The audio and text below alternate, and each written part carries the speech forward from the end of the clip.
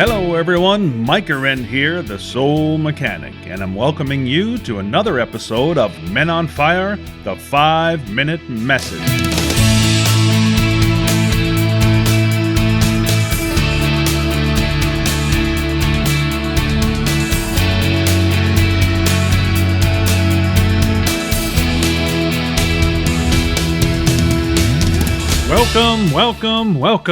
Welcome to Soul Mechanic Radio and another edition of Men on Fire, the 5-Minute Message. Just wanted to give a quick shout out to my friend Kevin O'Hara, who runs alcoholmastery.com. And if you're thinking that you may like to slow down your drinking or perhaps even stop, please check Kevin O'Hara out at alcoholmastery.com. Okay, so I recently got a note from a female listener who sent me this. Men say they want a woman that is confident, strong, and successful, but I'm a career woman and feel like no guys are interested in me. What gives? Well, that's a great question, actually, and of course, once again, men, we're getting able to learn things from listening to women. So here we go. Let's give this a shot. See if we can answer this. And I find this a curious question because across probably an average sampling of the population of women, many women say they want a man that is in touch with his emotions. And I hear that a lot because I go to a lot of seminars, and you're usually a little bit more on the spiritual side, so there's probably 80% women there, 20% men.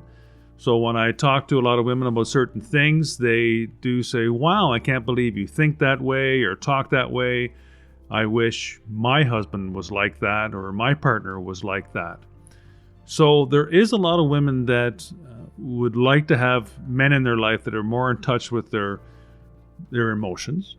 And in reality, what would this even really look like? Well, this man, he would be able to express his emotions. He'd be able to cry at the occasional movie and be sensitive enough, in general, to always feel what she is feeling. Now, that's all great, great concept and beautiful and all, but it's a tall order for a man, ladies. Absolutely. And if such a man like this would actually show up in their lives, many women might even actually be repulsed because they haven't done their own inner deep work to actually be in touch with their feelings. So someone comes into their life that is actually in touch with their feelings and is sensitive enough to feel what she's feeling and empathizes with her, but then that kind of turns her off because, hey, like, I'm not even in touch with that part of me. So that could actually be a repulsion for them. So, and I want you to understand, this goes both ways, men and female. And it boils down to basically, as it almost always does, is us being in touch with ourselves. Have we done enough inner work to be in touch with how we feel and how we deal with the emotions that we feel? And many of us haven't. And that's not neither good or bad or anything like that. It just means that we need to do more work. When these women have told me that, boy, you're so sensitive and you're able to be like what I wish my husband would be like or partner would be like, it's only because I've worked on it for 15 years. So that it takes time and it's not an overnight process. You certainly can't flick a switch to change. So ultimately, it all comes back to the relationship we have with ourselves. And that's the most important relationship in the world, is the relationship you have with yourself. If you cannot love yourself, if you can't figure out how you feel and how to apply that and then apply some self-control in certain situations, you'll never have a successful relationship because you're not having a successful relationship with yourself. So to directly answer this question, I guess, a little bit more, I would probably recommend doing some honest inner searching to see if there's any part of you that feels maybe wrong or guilty about wielding the power of being a very successful woman or man. This goes either way. And being in a relationship and wanting somebody to feel you, to feel how you feel.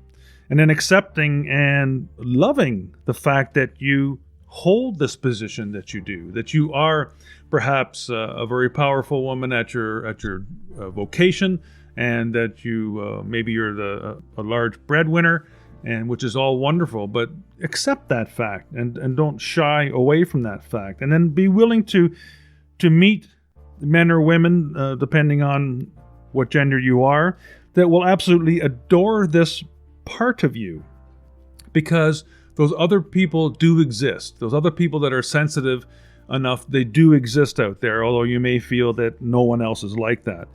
So in short then, make friends with your power, with your very own power, because that is the place you will start meeting new men or women who love and appreciate you for that.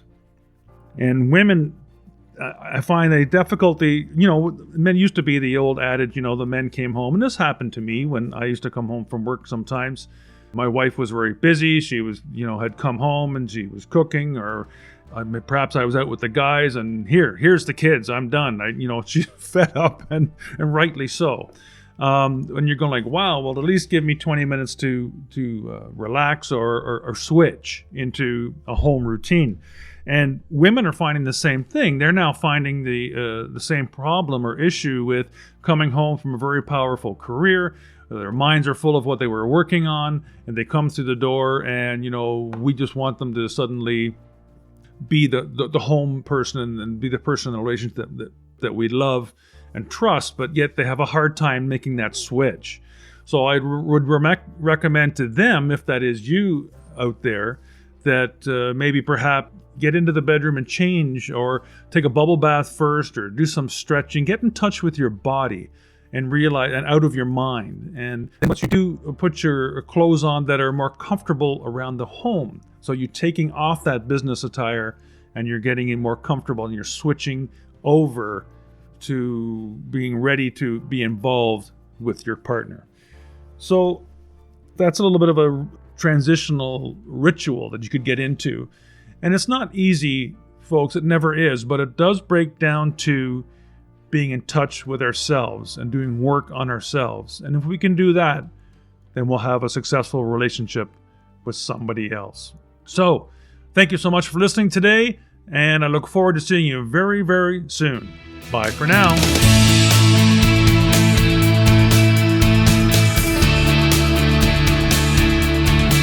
Hey, do you think 3 words can change your life? Well, I know they can. Whether you want to leave a dead-end job, or conquer addiction, heal a relationship, master your finances, or grow a business, the 3 words you need are, you're the one. That's right, you are definitely the one. How do I know? Because I'm the one too. And those 3 words have changed my life. It's the title of my new trilogy of books, and the first 2 are available right now at micahwren.com. Thank you so much for listening to today's episode. As always, keep what feels good and dump what doesn't. And remember, live without judgment, give without expectation, and love for no reason. Follow those 3 simple expressions, and you'll be well on your way to an inspirational, intentional, and successful life. Until next time, you're the one.